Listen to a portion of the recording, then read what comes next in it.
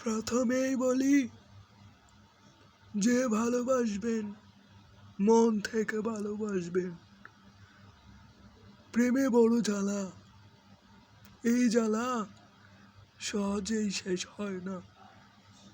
এখন আসি আসল কথায়। সবাই কেমন আছেন? লাইলাতুল গুজবের রাত।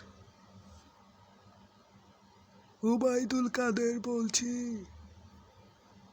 ভারতে পালিয়ে যায়নি, মোসাদ নিয়ে বাংলাদেশে আসছি। আমি উবাইদুল কাদের পালাবো না। মির্জা ফখরুলের বাড়িতে আছি, খেয়ে দেয়ে ভালোই আছি। মাসুদের বাড়িতে আছি, মাসুদও ভালো হয়ে গেছে।